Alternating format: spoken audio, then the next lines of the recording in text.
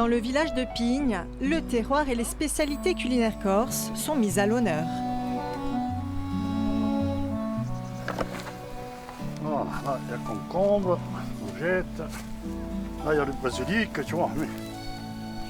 Courgettes, tomates, herbes aromatiques. Isabelle Volpey travaille les produits du potager de son père. Oui, ce sont les légumes du jardin que mon père cultive tout au long de l'année. La tarte aux herbes, on l'a fait à base de blettes et de poireaux. On essaye de travailler un maximum les légumes plantés ici.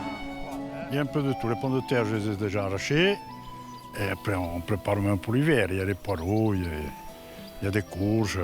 Il y a un peu de tout, quoi. Les blettes, on les a ramassées aussi. C'è un po' guiduto, un po'.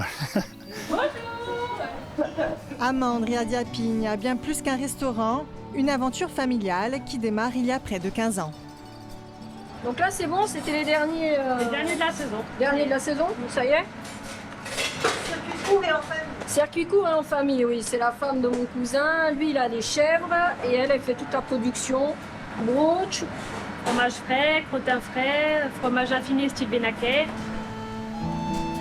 Des plats généreux, traditionnels, dont les recettes transmises par les anciens restent secrètes. Alors le menu aujourd'hui, on est en train de préparer du veau aux olives.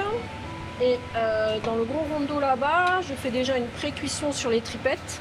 Aujourd'hui, c'est tripettes, veau aux olives, tarte aux herbes, cochon de lait, puis au four à basse température.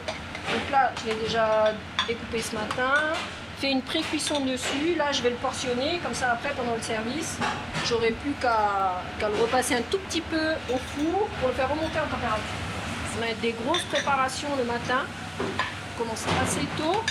Et pour après, être plus tranquille pendant les services. 52 couverts. En entrée, on aura une tarte aux herbes et une aubergine, suivie d'un cochon, d'un veau. Accompagnement pommes de terre et courgettes. Oui. La qualité des plats d'Isabelle est reconnue dans le livre rouge de la gastronomie française.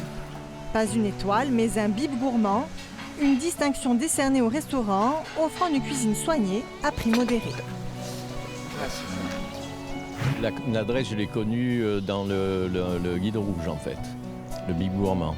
Dans la bonne cuisine, le cochon de lait, puisque moi j'ai pris ça, et puis le cadre, voilà. Donc là, tout y est, c'est parfait.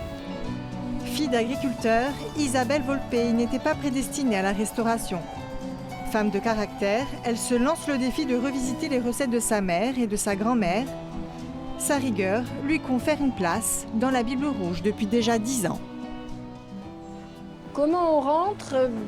C'est des années de travail, de la rigueur, que ce soit en salle ou en cuisine. C'est être perfectionniste, c'est faire de son mieux tous les jours.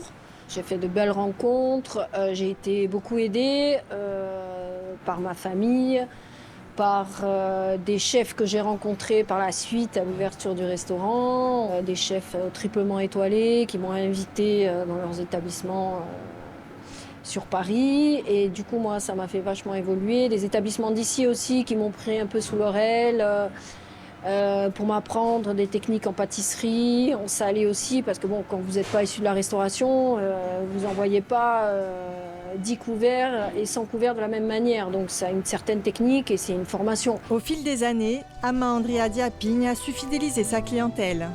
Chaque jour, cet établissement familial accueille près de 200 personnes. Locaux et touristes viennent goûter les recettes d'antan. Notre objectif aujourd'hui, c'est d'arriver à garder cette authenticité, de faire découvrir aux gens nos traditions, nos recettes, faire découvrir notre terroir.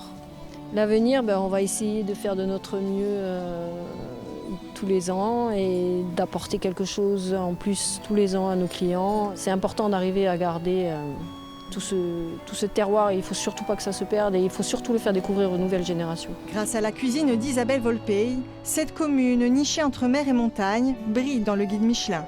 Sur l'île, seulement 2 établissements ont obtenu le bib gourmand.